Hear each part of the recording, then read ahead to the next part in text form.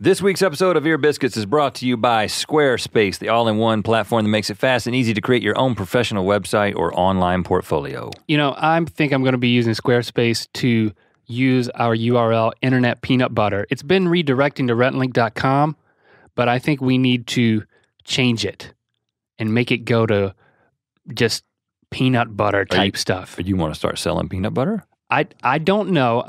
I'm gonna tool around with it. Okay, you look into that. In the meantime, I'll let them know that they can try out Squarespace for free without even entering in their credit card information. And then once they're convinced that they want to actually go forward with this whole thing, make sure you get 10% off by using the offer code R&L, R-A-N-D-L. So you can visit internetpeanutbutter.com and it'll just redirect to Rhett Link because I haven't done it yet. I got to carve out the time. But you should also immediately go to squarespace.com, use offer code R&L. Now it's time for an Ear Biscuit. Welcome to Ear Biscuits. I'm Link. And I'm Rhett. It's time for another conversation with someone interesting from the internet. At the round table of dim lighting this week, we have Brittani Louise Taylor. That's BLT, not the sandwich, but the YouTuber extraordinaire, music video spoofs, vlogging, all types of stuff. We talked to her about her bouts with bullying growing up, how she took on Hollywood at the young age of 19. And the unconventional methods she employed to build her YouTube channel. Unconventional. You won't believe how many videos she watched in her first year on YouTube. Watched, not made. Astounding. Speaking of astounding, I had what they called the confused burrito for dinner tonight.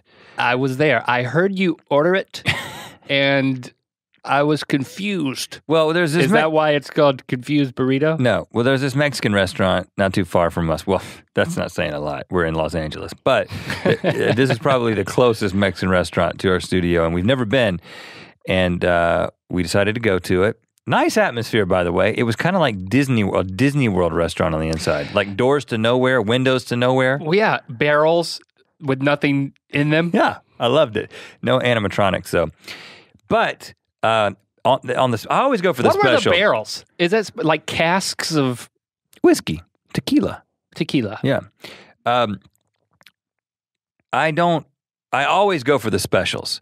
You know, I mean, I'm the guy. I get the McRib when the McRib comes back. The grass is always greener for you. Yeah, and I mean, if the chef has taken the time to do something a little bit different, I'm going to take a chance with him, even if I don't know him. And it is a chance. That's my perspective. If the chef is trying something new, that's what he calls a special. This is especially new to me. It might be especially bad to you. Well, it was called the Confused Burrito, and it had great name, by the way. Chili Colorado, which is beef and red sauce on one side, and then it had salsa verde on the other side, and that was pork and green sauce. And I was like, it's like a Christmas burrito. That was pretty exciting to me. And I got it, but what was really confusing to me is why I finished it. Now listen, they bring this thing out. Now I just ordered the carnitas. Can't go wrong with that. Can't go wrong with that. No. They had guacamole. It's like the barbecue of Mexico. Give me the carnitas, hold the tomatoes. Brought it out, it looked great. I looked over at Rhett's plate and oh man, the burrito was so big. It looked like someone, like a doctor had operated, pulled like the largest organ out of a very huge animal and put it on a hot plate. I mean, it had a couple of different color sauces and it looked fleshy. It was huge. No, it looked incredible. I mean, it just looked like a burrito with two colors. But here's the deal. I mean, I don't know what it is. I don't know what it was, but I've always, without exception, finished everything on my plate. Well, the thing that I'm knowing this about you, the thing that I said to Rhett, people, was before he started eating, I said, can you picture everything that's on that huge plate inside of you a few minutes from now? I mean, is that even possible? And I answered you, not only can I picture it, but I will make it happen right here in front of you. You will picture it. You will see a movie of it right now if you just watch me do it. see a movie. I did it. I did it. That's what hanging out with me is like. It's like constantly being at a movie. I ate it, and I am beginning to regret that. Well, I've already regretted it 3 times. I've had to take three breaks. Yeah. Well, I got you. Okay. I'm sorry. Okay. I am really sorry. If you have to stop by, I'm not going to say the name of the restaurant, but so many conversations here are bathroom related. No, hey, you don't know what I was talking about. No, I don't. Just don't order the confused burrito because it will confuse your body. That's why they call it that. It's just the sheer volume of it confused your body, man. You need portion control, dude. You should have cut it right down that part. The demarcation between the red sauce and the green sauce should have been the place where you cut that thing in half, and then you could have had half for later. Yeah, but then it wouldn't have been a two-tone experience. It would have been red or green. I wanted red and green. Well, it's interesting, and segueing to Brittani Louise Taylor, there is this confused burrito nature to her start on YouTube. See what I mean by that? Wow. Okay. Maybe it involved a character of a different sauce, and then her of a different sauce a little bit later. I don't know. Just see if the analogy fits as we get into this conversation. Here it is, our ear biscuit with Brittani Louise Taylor.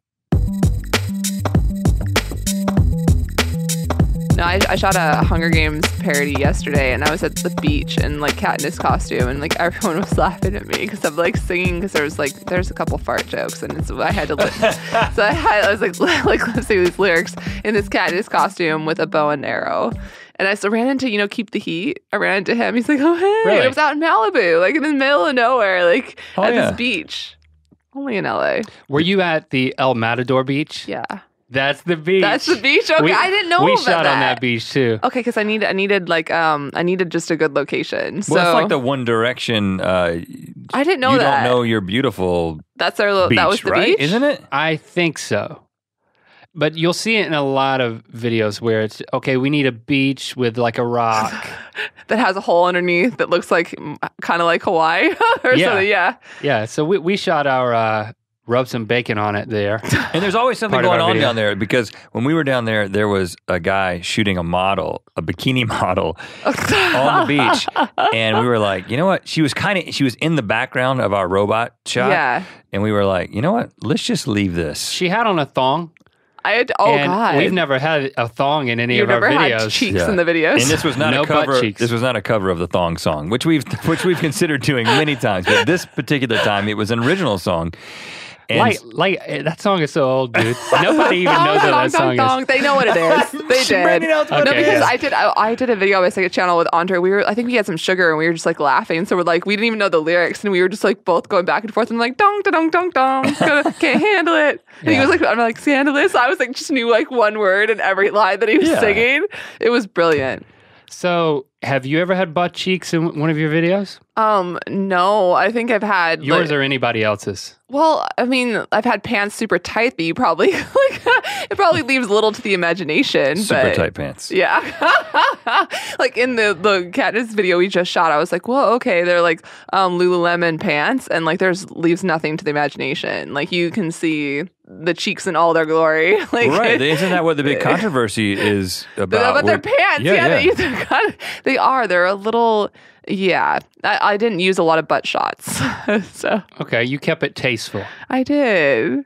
Okay. I tried to. We kept the butt shots at a long distance. But if you click on the actual girl in the background during that video, you guys put an annotation? It brings up a hidden annotation of her walking with the robot. But we actually did ask her. We asked her to put a shirt on. Before that. Well, she wasn't topless. She wasn't topless, but we were like, you know what? Just, we just, if a 2-year-old is out there watching this video and happens to accidentally click on this, was it like a little Easter egg then? Yeah, we had a bunch of them in that video. Anyway. Okay. I had, it was really funny. We kept trying to frame out this guy because we wanted to shoot towards the water, but there's this guy that was scuba diving in for lobster. So you keep seeing his fins come up and then like him come up and dive back down. So you're trying to frame out the lobster guy. I told you about this. You could just go dive off of the coast of Malibu, and you could just get lobster. lobsters. Wow. He caught like 6 of them. Now, were his butt cheeks exposed? No, we saw a lot of fin. Lots and lots of fin. Not a lot of Not a lot of gratuitous cheek. fin. Yeah.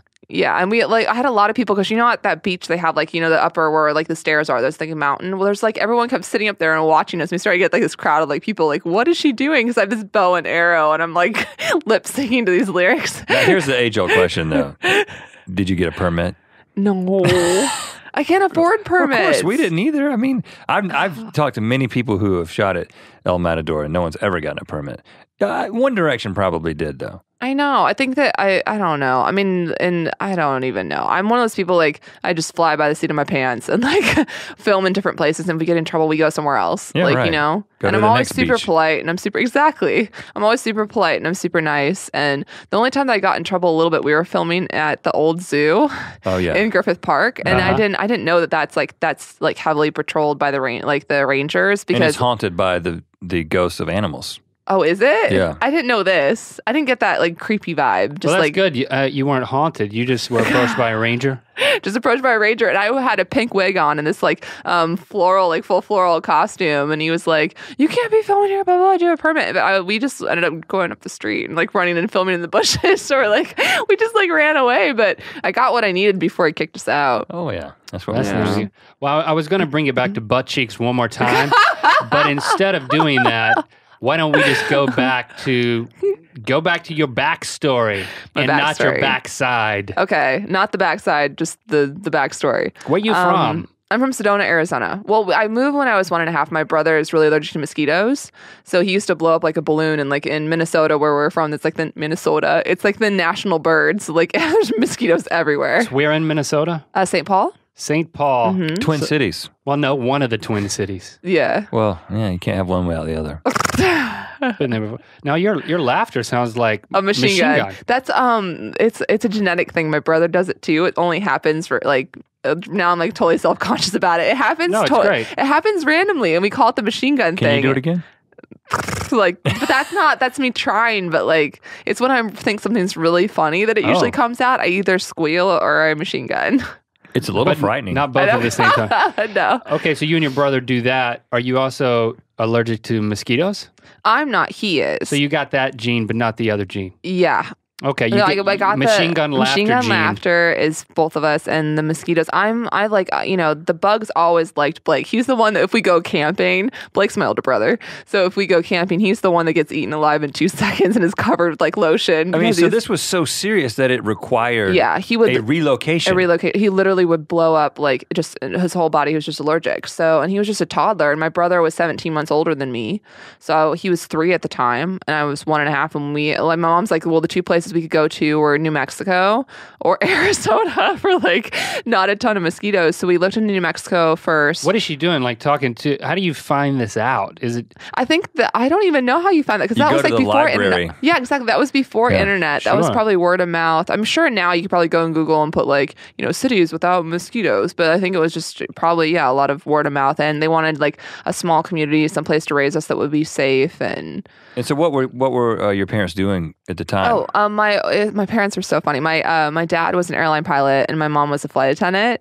And really? they met on but this is really funny. When they met on the plane. My mom would have never dated him. She didn't know that he was an airline pilot because they were notorious players. This is back in the Catch Me If You Can kind of days, where pilots, the moment they came on the plane, the wedding rings came off. That whole thing. And all the women, my mom used to have to be weighed in. You couldn't be 5 pounds over your weight. Your nails had to be perfect. All the women were gorgeous. That was the actresses of her day. Everyone wanted to be a flight attendant.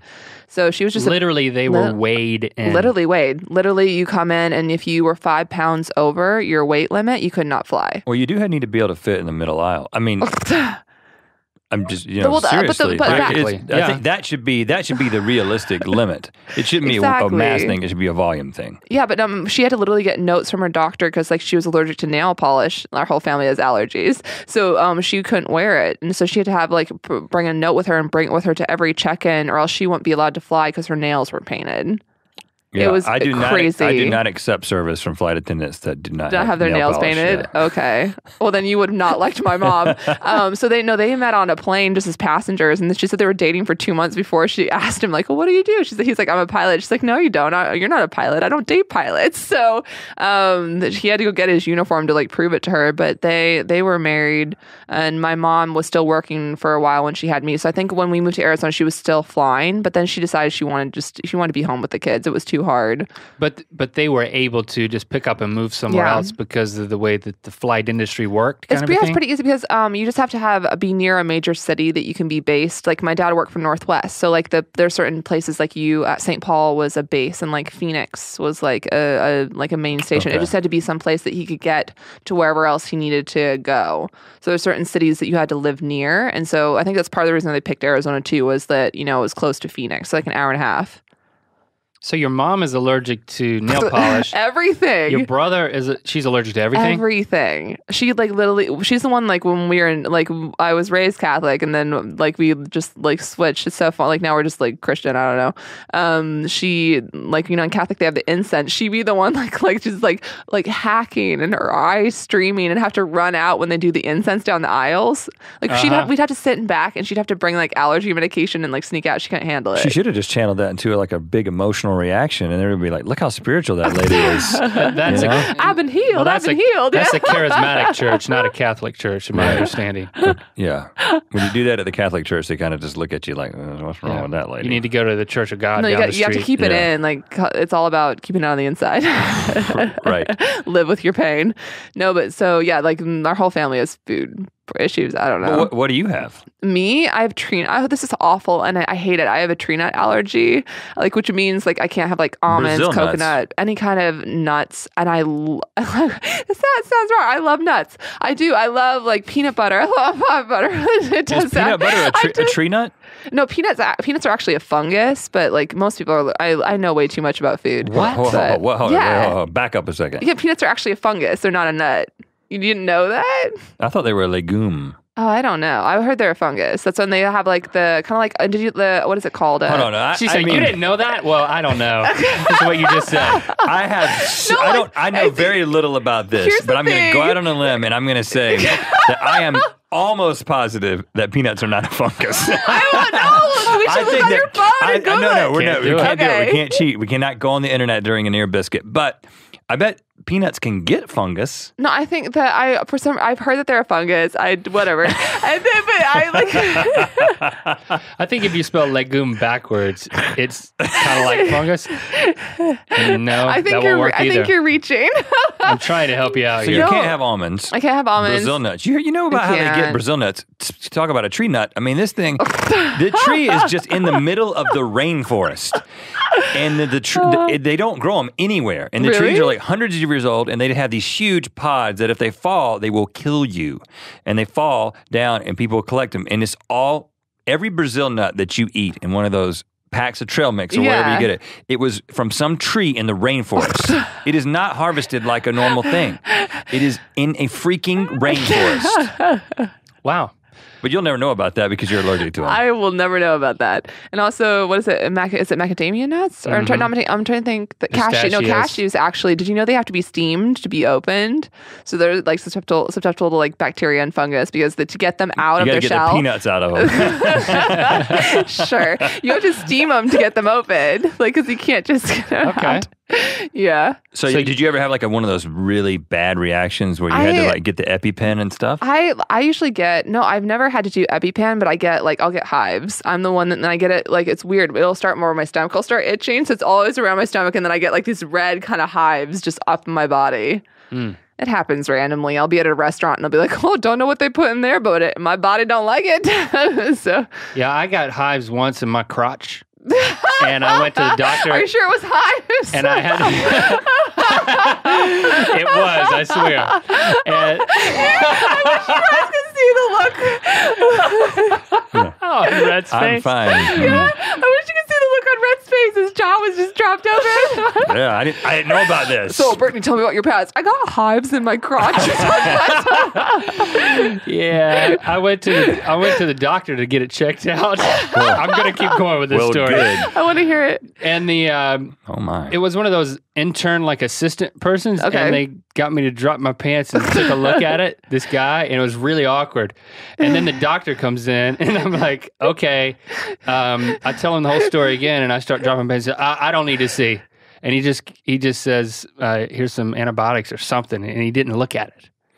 And I was like, well, That's I'm really glad he didn't look strange. at it. But then I felt bad that he didn't look at it. Yeah, like, I was like, why can't you take a look? Was it a fungus? It was, I think we determined that can't happen. we did not determine what caused the hives, and it was hives, for the record. But, so the doctor just said, well, it's probably stress. It had never happened before, never happened again. Really? So, yeah. Oh my! there's so many jokes that you can make about that. I did not mean to bring this up. How did this happen? I This don't is know. supposed to be about Allergies. Okay, so you're allergic to anything else? No, I mean, just all, like, you know, sometimes, like, the perfumes that are really strong.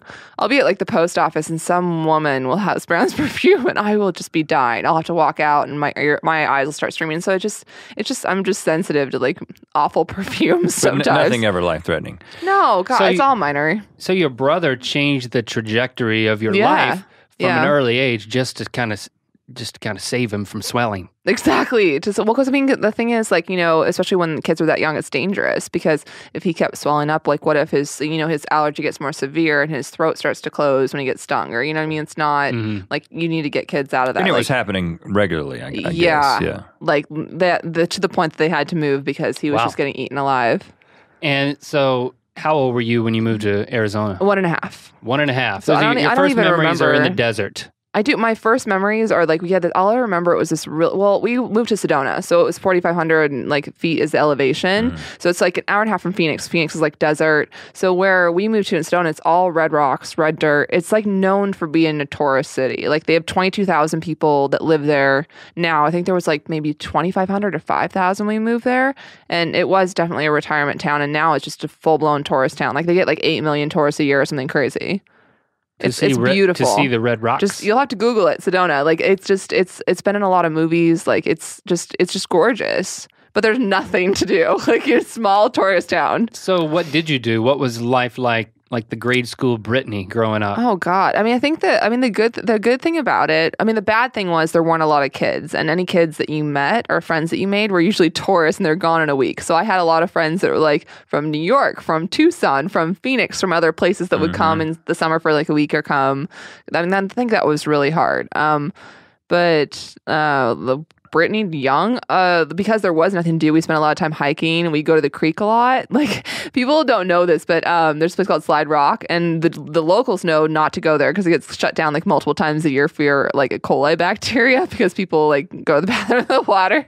So all the locals go down to Red Rock Crossing, which is like cleaner. So I spent a lot of my summers just like playing in the water, and we had one movie theater. So that's upstream of where the tourists take dumps in the water. Oh, it's downstream and way downstream. Like it's all rinsed out by then because Okay. it's like way like many miles away from where they all are doing their business in the water. But no, when we moved there was a place called Bayless. It was Bashes and Payless put together. It was kind of like your drugstore and your pharmacy and your like grocery store in one store. Okay. And then there's a place called the Flicker Shack, and there was this old guy that hated kids, but had the only movie theater in town. Hated kids. So we had, it was called the Flicker Shack? The Flicker Shack. Yeah, and he was the movie Flicker, right? and they would only play one movie at a time, and it would be there forever. And it was just the one theater. We didn't have until I was in high school. Was there actually Harkins came in with 7 theaters, and that was like the biggest thing to ever happen to Sedona. When we got 7 theaters, that was huge. Oh yeah. So you spent your whole, whole childhood there in Arizona. Yeah, and well, I like my mom. She was a wheat farmer, so she grew up with horses, and I wanted to get a horse. So probably about like 5 or 6, I think I bugged her enough years. I got into horseback riding, so I grew up doing. At first, I did like Western Pleasure, and I did some jumping, like English. What is what now? Western Pleasure? It's just like Western Pleasure? Yeah, it's not. There's a place in Van Nuys, I think, that's called that. Oh, snap. No. No, it's like basically like when you see people like they like at shows where they just like walk, trot, and canter, and like you turn around and walk, trot, and canter in a show. Picking up their feet like this, like kind of. That's gated. That's different. It's a little bit different. Like they'll be like Tennessee walkers and stuff. Like those are like, but it's just like when they you walk, you trot. So you walk. They run show horses. Exactly. Yeah. No, so you're not roping anything. No, I didn't do any barrel racing or roping or any of that. Did you jump over any of those sticks? I did. I jumped over sticks. So what's that called? Jumping. Yeah. Okay, great. But then I got into dressage pretty heavily, which is like it's really boring. It's in the Olympics. It's really boring to watch and really hard to do. It's kind of like the easiest way to explain it is like ballet on horseback. So it's like you have certain letters and you do certain things at certain letters. So like a 20-meter circle would be like a little circle in a little area, or changes would be like changing lead, like from like left lead to right lead. It's like it's really boring to watch and really hard to do. Yes. Yeah. So I rode horses right all the way up to 18. I was about 18, and I grew up doing like sports and playing tennis. I was a total tomboy, like really like major tomboy. Well, my brother was 17 months older than me, and I idolized him. So it was like whatever he wanted to do, like I wanted to do. So like we play video games together. We always like be around each other. We always just got along. So what kind of school situation are we talking about here?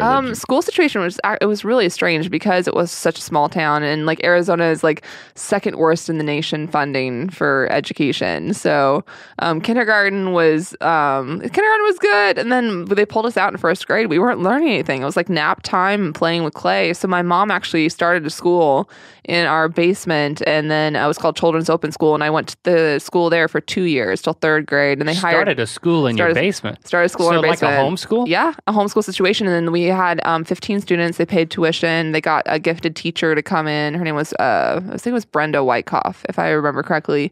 But yeah, it was 2 years I went to school in my basement.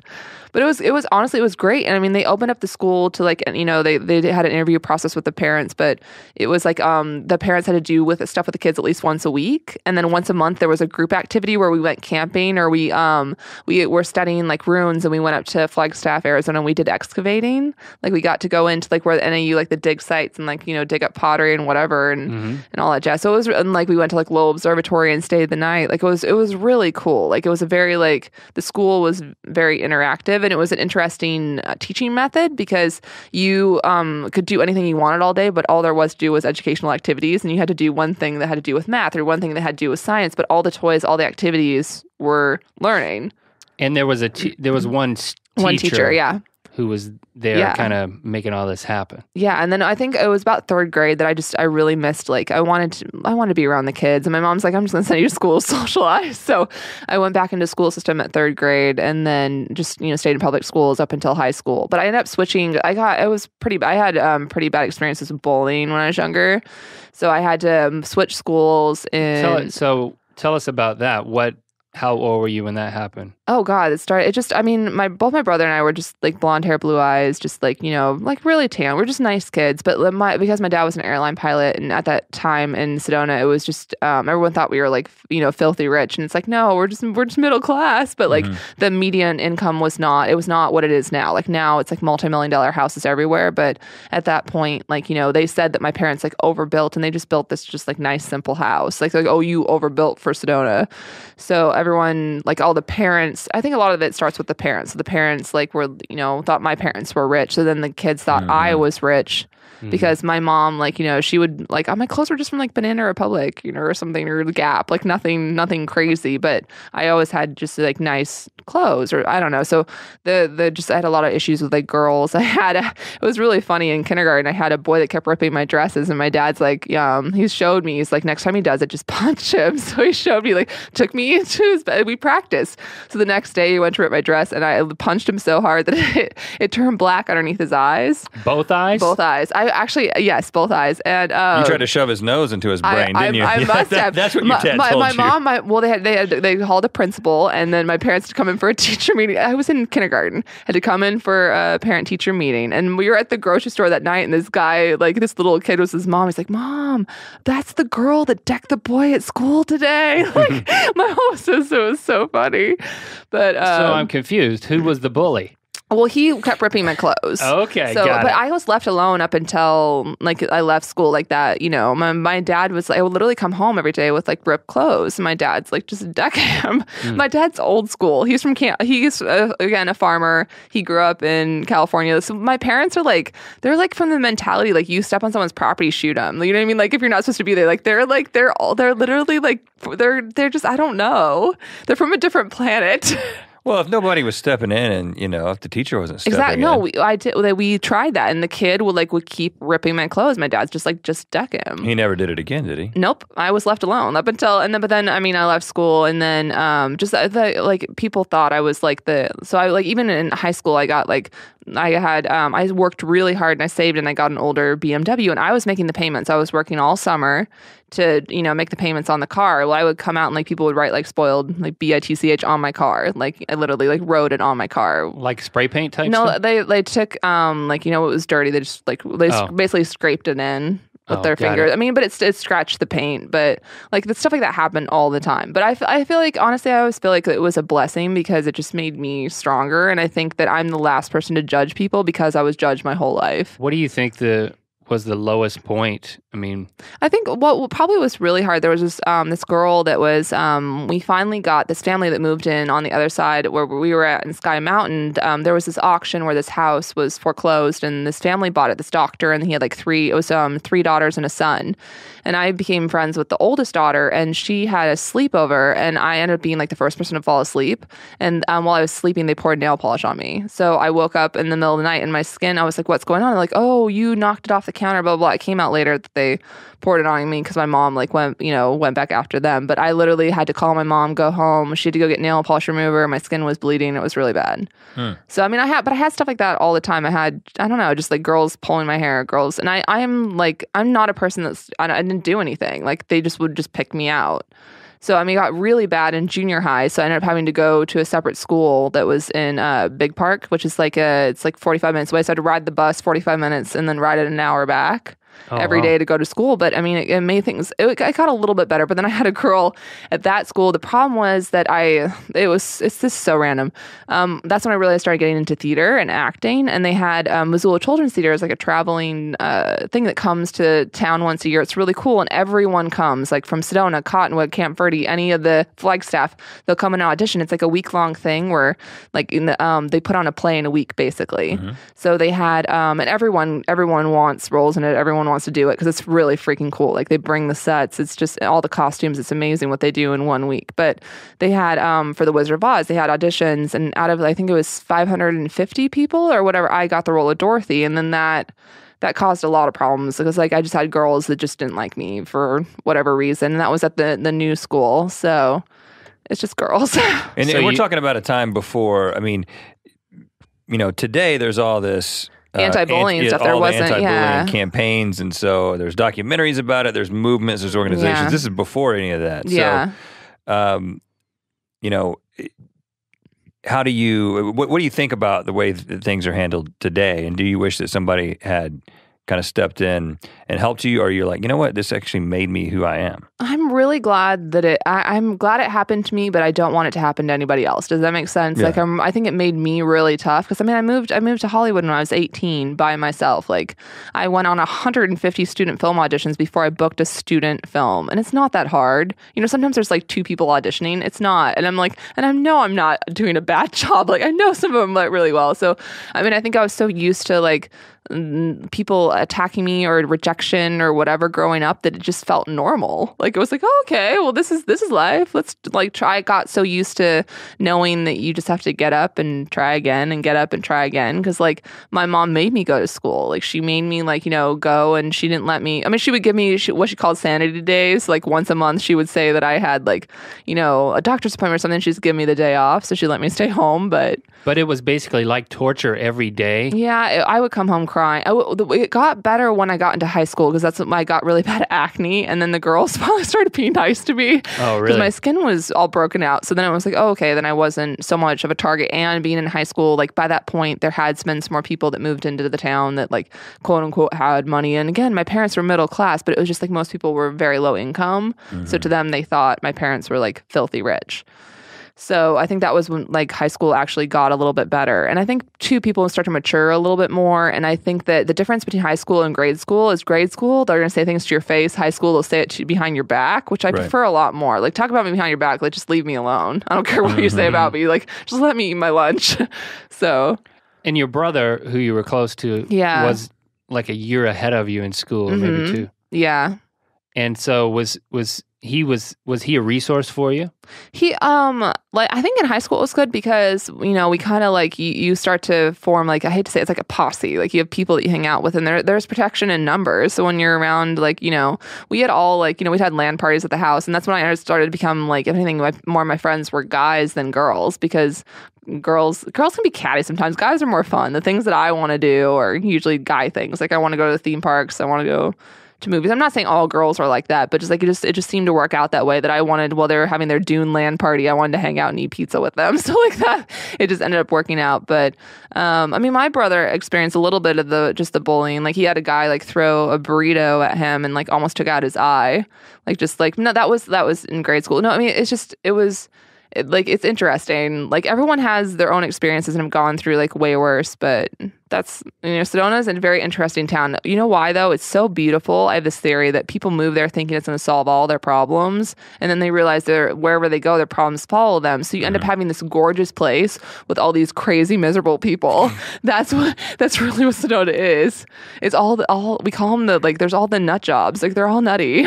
Well, do you think that the bullying that you were experiencing, you said that you started theater and you started trying to be an entertainer. Were those related? No, I think that this is when I was 4 years old, I saw the Miss USA pageant, and I literally wore a bathing suit for 4 years of my life. Like, my mom let me. She didn't care. She's like, so, I mean, I had to wear like regular clothes to school, but like any other time, like in the winter, we have pictures. I have me with like tights and the bathing suit and whatever. Like, I don't know. I think I always like wanted to be a performer without even really knowing what that was. I never, like, I haven't aspired to be like Miss America or anything, but like, there's this place called Tlaquepaque that's like in Sedona, and there's like a little platform outside of one of the restaurants, and my brother would go, "Here's Brittani," and I go up there and sing and dance, and now there's a sign there that says "No performing on the platform." That's because of me, because I would like literally people would give me pennies and whatever, and it would pull away from the businesses, and they're getting really annoyed because I mean, I was a little girl, like, it was obnoxious, I was loud, but like it drew attention from what their businesses were. Right. It's interesting because you describe yourself as a tomboy and you're interested in then things that you end up having more guy friends than girlfriends. Yeah. It kind of plays into the bullying environment that I guess you were in. But at the same time, you've got this want to be a beauty queen type of, I'm in a bathing suit. No, but you don't understand. But it was just, I think that I like to do all the guy things, but I've always been this way. Like, I like hair and I like makeup, but I'll go camping in a heartbeat. Like, that's just, I think I have a lot of interests. So, but I think mentality wise, so even now, like all my best friends are guys. I mean, when eventually I do get married, all my bridesmaids are going to be male. Like, it's that's going to be interesting. Yeah, and I think that's not allowed. It's gonna have to be. I'm sorry, they're like, that's how it's gonna work. Are you gonna make them wear dresses? No, like they can wear their suits and be them sassy selves. But like, it's just how it's gonna work out. Okay, so you said you moved to Hollywood at 18. Yes. So as high school was finishing up, well, I graduated a year early, so I ended up, I got an art scholarship for drawing. It was so fun. I had an academic scholarship to Northern Arizona University, which is Flagstaff. But at the last minute, I got a scholarship that was like partial tuition to ASU, and I don't know. I went with my gut, and I'm like, you know what? I'm not going to do well in that cold weather. I'm going to go to Arizona State. So I ended up going to ASU for 2 years. And so I moved here when I was 19. I turned 19 the month I moved here because I moved in August. Okay. So I went into college at 17. So for drawing. For drawing. So I was in art classes the first year doing, all that stuff. But you didn't say I'm a drawing major, did you? Oh God, no. I'm majoring in drawing. No, I was in the arts dorm, which is and it was called McClintock, and it's like this. It's right on campus, and it's all like architecture students, dance students, theater students, and acting. Theater and art, and it is the craziest party dorm on ASU. It is nuts and dramatic. No, oh my God. Like, you don't understand. Like, someone flooded the dorm one night where the rec area is and lit toilet paper on fire. Like, stuff like that happened on a weekly basis. I got to the point where I didn't get out of bed for the fire alarms, which is extremely illegal, because I was like, I just get up at 6 a.m. for class. I can't deal with this. Right, I'm just going to go to sleep. I just put the pillow and stay. I'll get up when I feel the heat. Exactly, because it's just another false alarm. It's just someone else doing something. Something crazy. Exactly. And artsy fartsy. Yeah, no, like ASU is the kind of campus that you see, like, they're not supposed to haze for like their sororities and fraternities, but you see naked people with like clown things running down the middle of like I forget what the name of the street, like all the time. Like you see the most crazy stuff. So at some point during this process, though, you were like, I don't want to be a drawer. I never wanted to be. I think like I always wanted to do acting, but my mom wanted me to try college, and she's always been super supportive, but she's afraid just because you guys know this, being in LA, it's a hard city to be in. And I think she didn't want me to be in an industry that was so challenging and so heartbreaking, and she just wanted to protect me from that. So I think I just prayed long enough, and like one day she woke up and she's like, she realized, she said something like God told me, it was like, I'm the one holding her back. And then the moment she told me, she's like, just go to LA. I moved like a month after that. Like I wanted to leave right then and there, but I finished out my finals and then moved. But after sophomore year. Mm-hmm, yeah. It was right after my finals. I moved. So she gave you her blessing. Yeah. And your dad, what about him? Oh, he was always in. My dad's was the kind of guy that was like, whatever you want, just go for it. I support you. Like, sounds great, Brittany, do it. Like, that's, my mom's like, well, we need to think about this. Like that. My mom if they rip your dress, punch them. End exactly, of story. Exactly. Right. If you want to go to LA, go to LA. Like, that was my father. But so what do you do when you're 19? You're a 19-year-old girl and you're moving to Los Angeles. How does that work? I always thought of it as like a business where moved here with very much of a business mentality. I had this thing. I was like, I'm not here to make friends. I'm here to work. So I bought this book called Acting is Everything by Judy Kerr, and I like bookmarked every single little thing on it, and I got into classes right away. So I was, I'd saved some money while I was in college. So I was taking scene study classes and commercial classes, and I basically treated it like a business. I went to every single audition. It didn't matter what it was, because I figured it was audition experience.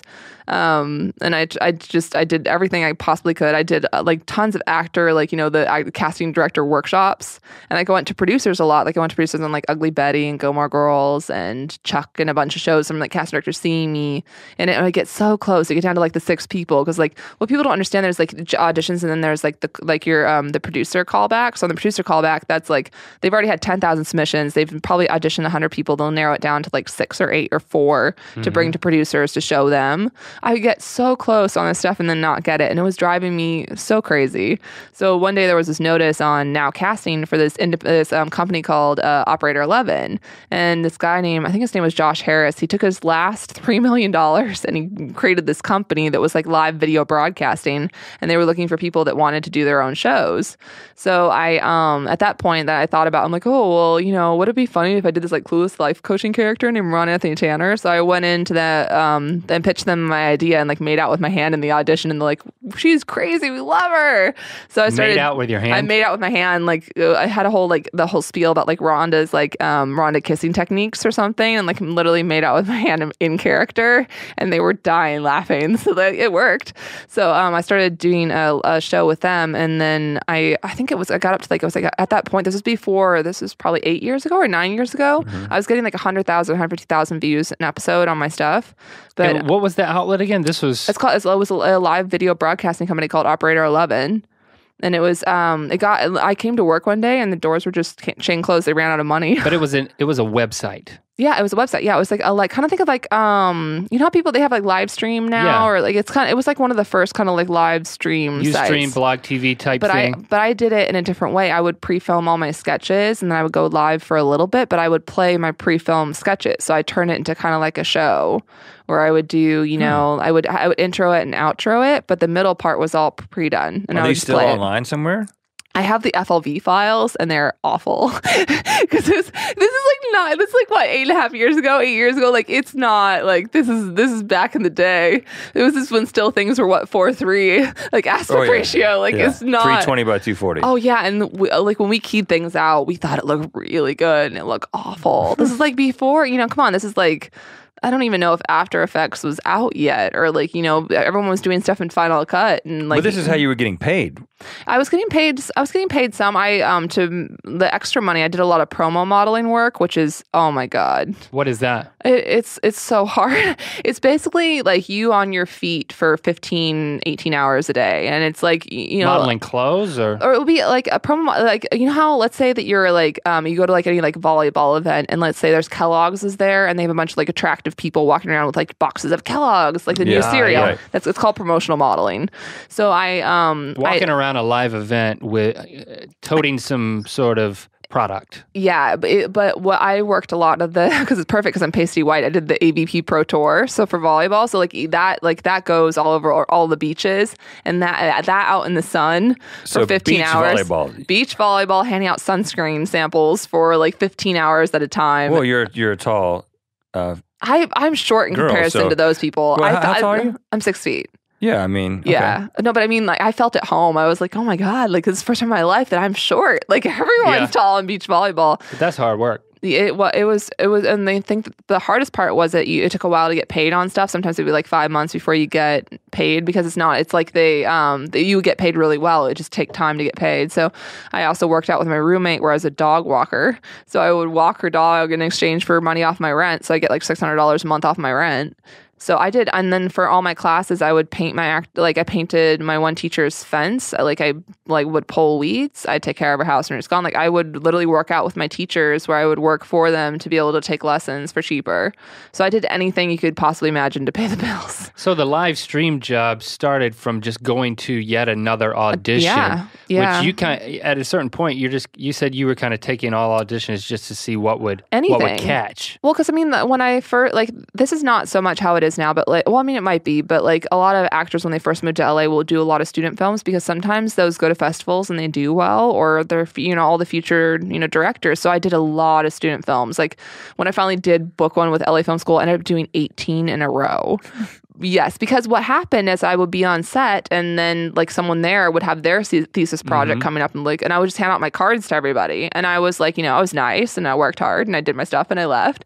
So I ended up doing I think it was 18 in a row, and I couldn't use one of them because the footage was all terrible, because it's all students. So yeah, I did a couple for USC. I did a couple AFI ones, just a lot of student films. But the live stream thing, how long did you do that before you showed up and it was just like doors were barred? 6 months. I worked my butt off for 6 months. And I think I had on their thing, I had like 100,000 followers on their site. Wow. Because I used MySpace. I would go on MySpace and I would spend all day long talking to people. And I had this whole thing that I was like, well, character. In character. People and what was the name of the character? Rhonda Anthony Tanner. So it was Rat. It was like rat coaching. I want to exterminate the pest from your life thing. So but I mean, my mom always says if you can build an audience with Rhonda, you can build an audience with anything, because it was a very weird character. But that was right when Lonely Girl 15 revealed that she wasn't a real person. Do you remember when that was a real person? Excuse me. Yeah. That's right when I started doing YouTube. She wasn't a real person. It was exactly. It was a character. Well, that's what I mean. Yeah, exactly. So the fact that she was an actress, that's when that all blew up, is when I started YouTube. Because my mom's like, well, Brittany, she's like, I was really angry, really upset, because I put 6 months of my life into this. I thought I finally had something going. I thought when you come to LA, it's very much where the mentality of you need to take classes to learn how to do anything. I don't know if you guys know that, but you need to take a class to learn how to direct. You need to take a class to learn how to write. You need to take a class to learn, because there's no limits to the way you can spend your money here. You know this. Oh, yeah. So I think it was really good for me, because people at the studio taught me Final Cut, and then I bought a green screen. I just started writing, so I almost got to become a filmmaker without having to pay money or go to class, or it's I got just to learn from doing it, and that was the best possible experience, was just to be able to just try it and make mistakes. And you started your first YouTube channel as this character, right? As this character, yeah, in 200007. That was based on your mom's advice? Yeah. She's brilliant.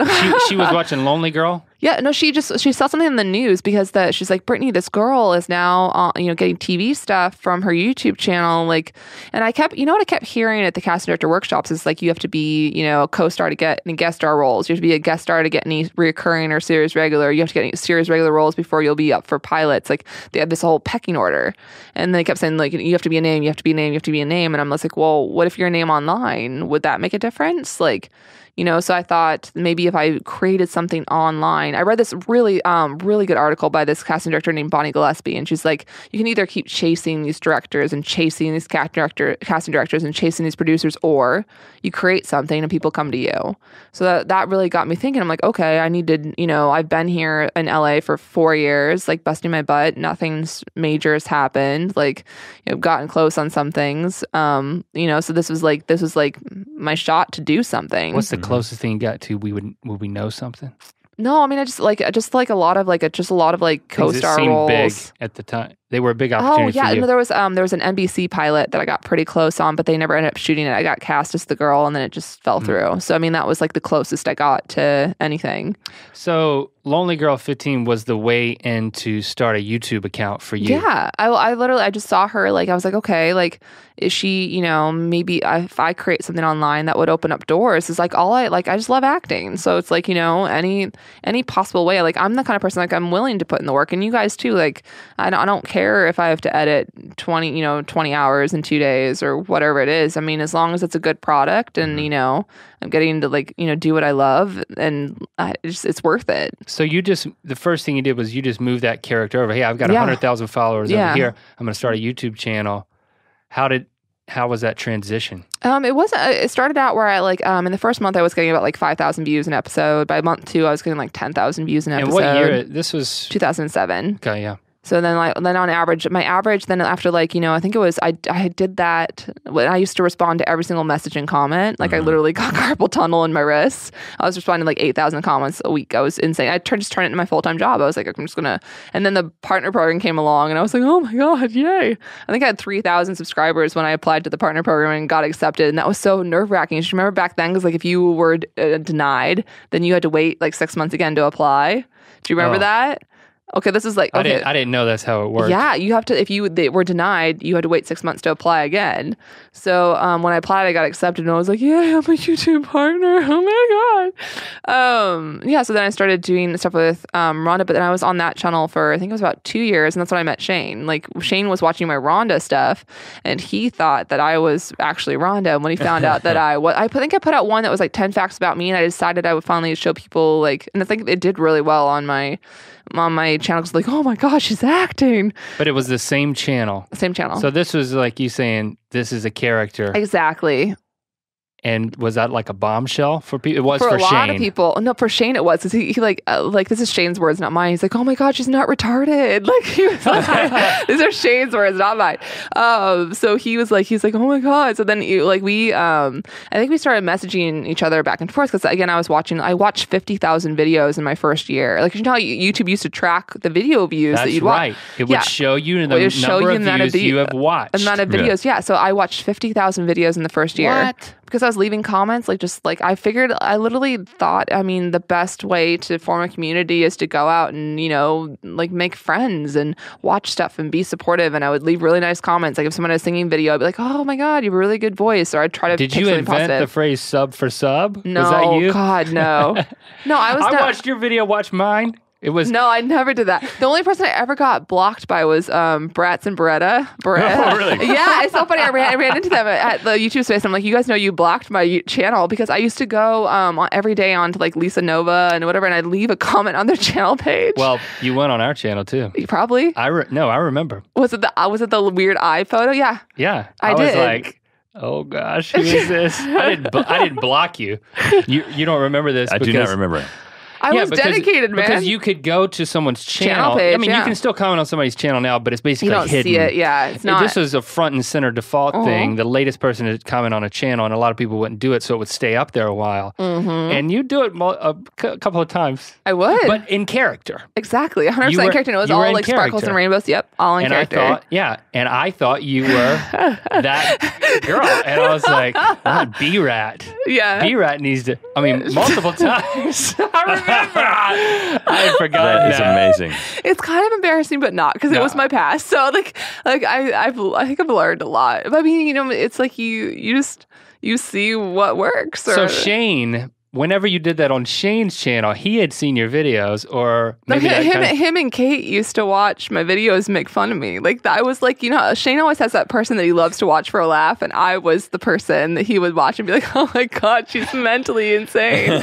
So like we started messaging each other back and forth because like remember YouTube had a share button too. And you were in character. No, this was after character. Okay. Like I put out that he contacted me after. He's like, what? Oh my God. He said he even told, he's like, Kate, she's a real person. It's not Roger's not a thing. I didn't even know. So we used to message each other back and forth on actually MySpace, because MySpace was still very prevalent then. So he was like, oh, is the share button broken for you? I'm like, yeah. He's like, we should hang out sometime. I'm like, yeah. So this is the first time. How popular was Shane at the time? He was getting like, I think he had like 25,000 subscribers and he's getting like 50,000 views an episode. And I had 12,000 subscribers and he had 8,000. So that's when we became friends. He we're just small channels. So we met up at 3rd Street Promenade with Kate. And it was the first time I've ever met anyone online. Like I don't do that. Like that scares me. Like, hey, but I just knew we talked online. I'm like, he seems normal. And I was kind of hanging out with this like group of guys that was just really strange. I was like all of their, in a strictly platonic way. I was like, they're treating me all like their girlfriend. And it was so strange. I was like, I need to get out of this. So I needed to make some new friends. Like how specifically were they treating you? Well, they would just like text me and call me all the time and be like super like flirty. And it was just this whole group of guys and it was weird. It was just really strange. So they were dating all other girls, but then like they would get jealous of it. I was just really strange. Like I was like, I'm not dating you guys. We're just all friends. What is going on? So I was like, it was at that time in life that I needed some new friends. So Shane and I think then we went, Shane, Kate, and I went to Six Flags.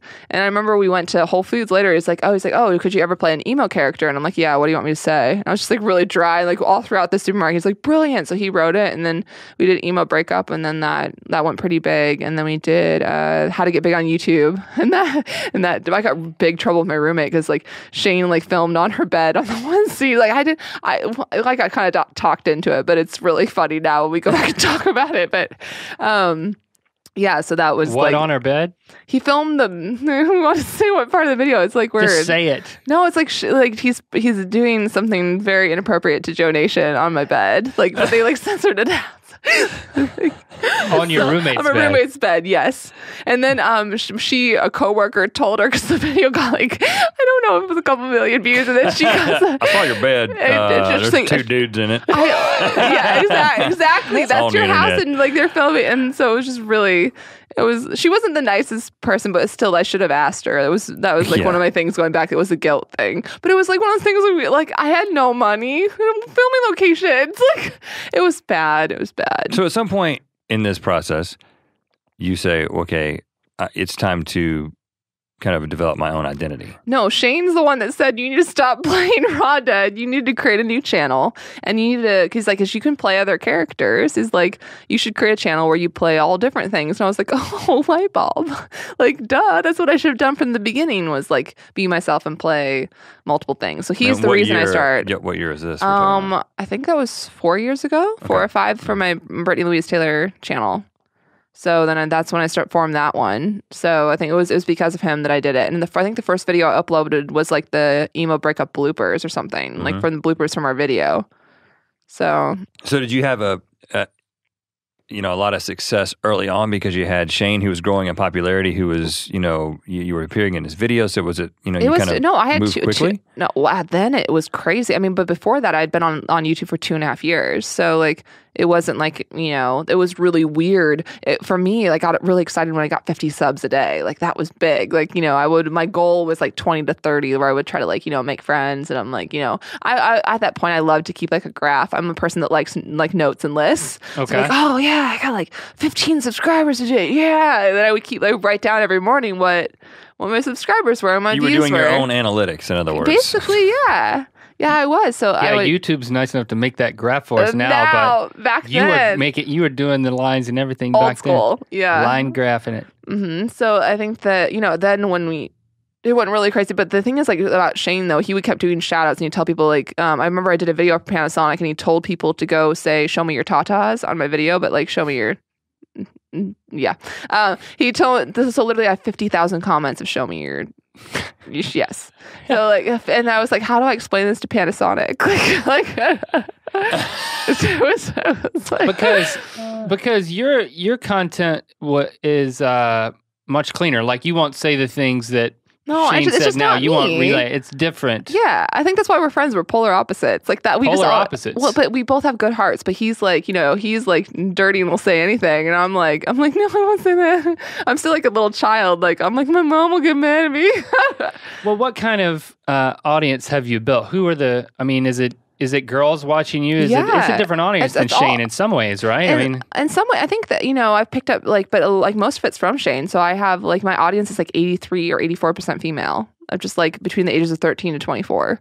So I have all these adorable young women. Like I always say at VidCon, like people get like, they'll come and they'll surround them. Mine get in a line. I have the cute little girls that get in the line and they're very polite. Like everyone else gets like, mine's line. I just get a line. Like they're so cute. Like they all line up. They don't, then they're patient and they wait their turn. Like they're so cute. How does knowing that is your audience impact what you create? I think the best thing for me is like when you start to meet the people that watch your videos. I think anytime that you're tired or like, you on your fourth video that you're editing, like today where I'm like, I've edited 4 videos today. I'm like, and I'm still like, I'll have to go home and color correct and do more just because deadlines on a couple things.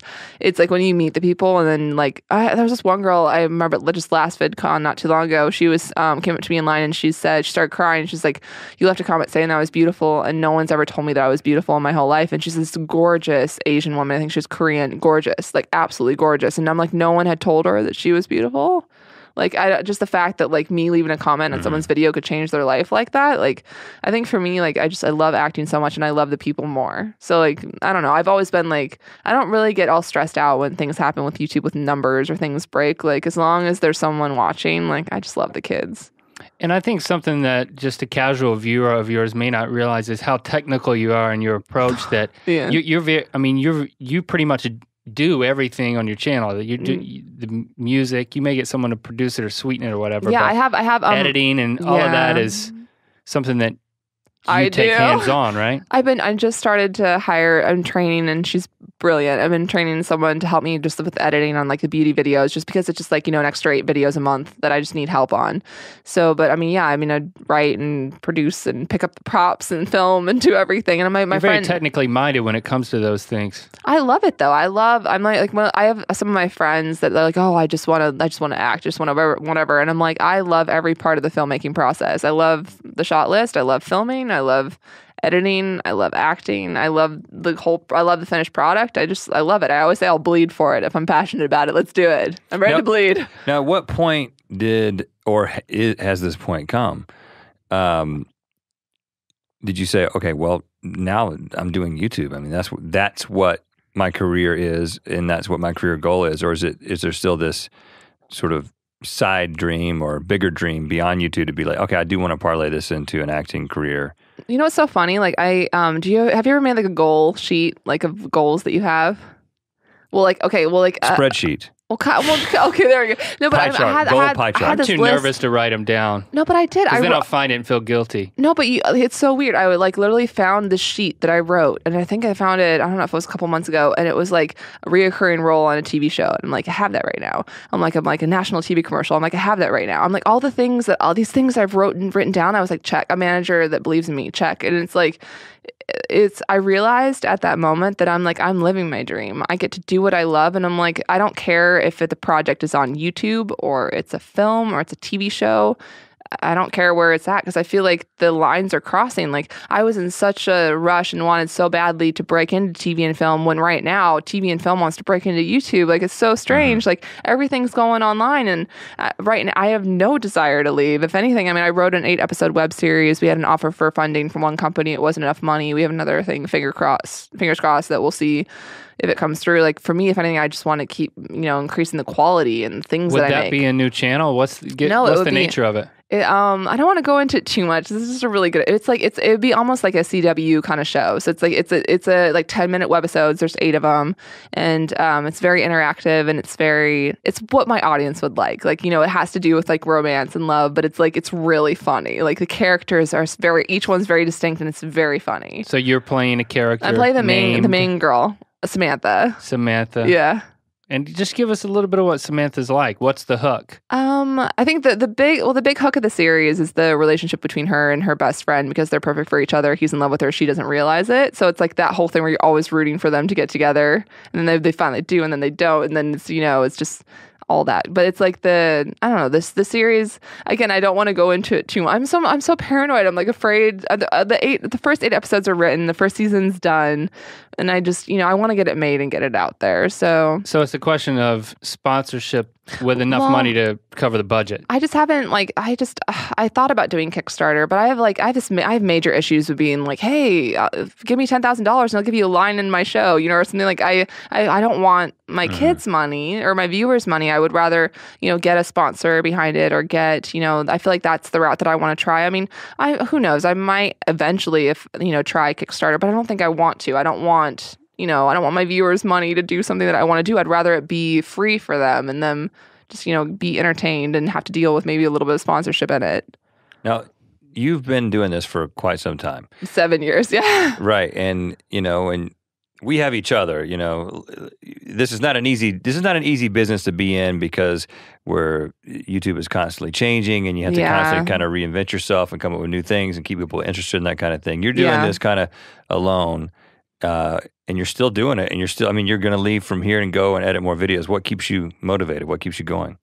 I think that it's just mentality. Like I literally have to tell myself that that there's I watched this really good sermon by this pastor, Joel Osteen. He was talking about how you have to literally tell yourself that there's nothing that you can't handle. Get up and just know that whatever God gives you. I mean, it doesn't matter if you're religious or not, but I'm a Jesus freak. So he talked about how you need to get up and say that thank you God that whatever you give me today, I know that I can handle because you wouldn't have given it to me if I couldn't have handled it. So on the days when I'm really tired, I'm like, okay, well, this is on my plate, so obviously I can handle it. So I think a lot of it's attitude. Instead of me, when I'm home editing, instead of being like, oh, I'd rather be out, it's like, oh, look at what I'm getting to do. Look at the products. And I mean, I struggle with the changes to YouTube because if you notice, the trend is a lot of put up multiple videos that are lower quality or put up a gaming video or whatever. And I just know for me, that's not my style. I love making really cool videos. If anything, when I just put up a challenge video with my brother, or a challenge with a friend, I'm I feel like I'm letting them down and they love it, but I want over the top. I want something different, so it always bothers me. I'm I don't want to upload that video. But yeah, so I think that it's just fun. YouTube is one of those places that it's always going to keep changing. And I mean, who knows if it's going to be YouTube? It might be another site in 5 years. I mean, but I know I'm always going to be making my own content. Once you realize the power and freedom of doing stuff yourself, you'll never stop. It's being your own boss. It's brilliant. It's a pretty good deal. It's a really good deal. I mean, people don't. I mean, I get a lot of people ask me how do I get big on YouTube? And I'm it's just hard work. Some people hit it on the first one. Some it's 2 years. Some it's 4. Look at the Fine Brothers. How many years was it for them before they blew up? Was it 7 or whatever? And then now they're huge.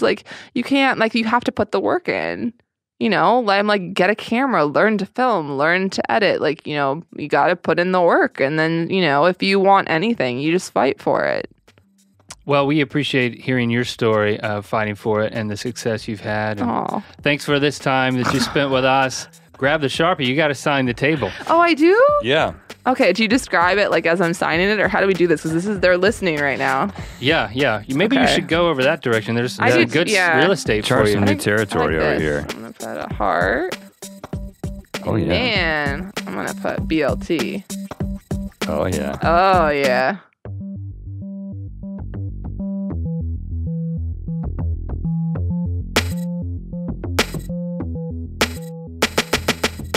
And that was our ear biscuit with Brittani Louise Taylor. Thank you to Brittani for sharing her story. The thing that struck me was her sheer tenacity in creating her YouTube presence, how she had something on the live streaming platform. And interestingly enough, she had pre-taped segments. That was, it was very YouTube-ish to do that, to take a live platform, but to have these edited pieces. And so she actually used something that was made for YouTube and did it somewhere else, which was made more for live streaming. Well, and also going back 8 or 9 years and doing anything that had hundreds of thousands of people who were interested in it, that is just unheard of. I haven't ever talked to anyone who had that kind of success that long ago. And then it was shut down, and she had to basically start over on the YouTube platform. And she did it in the tenacious way that she did it. First of all, she did it in character, but then she stayed in character in the comments. Like, I had totally forgotten that she had commented on our channel, man. And now but I remember it vividly. I do remember it. Like, I mean, I thought I interpreted her character as being a stalker, like someone who's a little too into what we were doing to reply to. I was a little concerned, but she was in character. Yeah, that was the great thing about it. And she commented on everybody that commented on her video. And watching 50,000 videos in her first year on YouTube. I mean, the thing that is really significant to me is that you've got people who kind of just stumble into it. You know, we talked to Glozell where she makes the initial video that is sort of an accidental viral video, and then and then her career becomes about, well, building upon that moment, you know, and it becomes a successful YouTube career. And then you got somebody like Brittani who just basically willed it into being. And you know, and I know there's a lot of people out there. There's a lot of people listening. A lot of people, you know, in that. Now that this is a thing that you can do, who they want to do it, and you just see that, well, it might be a whole lot of work. You know, it's definitely, that's one of the paths. Yeah, I don't know that Brittani would say you should reply to every person who comments on your videos, but hey, you know, that's one way to do it. I don't think she's capable of doing that now with the quantity of comments on her channel. I'm sure she's not able to do that now, but she still maintains that personal connection that, I mean, she was able to tell us about. So, again, it's great to get the perspective on how she has made it to the place where she is. And we look forward to, you know, this narrative series that she's talking about. It seems like we got a little bit of the scoop on that. So that's good. That's what an ear biscuit will give you. The scoop? It'll give you the scoop. It'll give you an understanding. It'll help you understand somebody. Now, when we watch her videos, or when you watch her video, you're going to understand more of the girl from Arizona. Maybe we should have called this podcast The Scoop. That's what I'm thinking. It sounds right like, it makes me think of cat litter, you know? How about ice cream? Or ice cream. The Scoop. Kitty litter ice cream. Now that's something to think about. You never had a cat. Why do you think about a kitty litter with Scoop? I had a cat for a little bit. If we really want to go into this, I had a calico kitten that I slept on. It slept on my pillow, and then it got worms, and we got rid of it. We don't want to talk about that. Let's not. I didn't kill it. We just gave it back. Gave it back to its mom? We'll get into this later, Rhett. Thank you for listening to this Ear Biscuit. We do it every week. We have capacity for you to invite your friends to listen via the SoundCloud or the iTunes. And please do that. Keep listening. Keep inviting. Use both ears. And we'll keep broadcasting in mono. You keep listening in stereo. We will reply to your comments individually. Next week, Link's going to be in your left ear, and I'm going to be in your right ear. Well, we'll talk about that. Maybe not. Well, it's possible. Yeah. We could, I mean, technically we could do that. I'm going to try to make it happen. See you next week, or you hear us next week, something like that. Man, you're falling apart. Bye.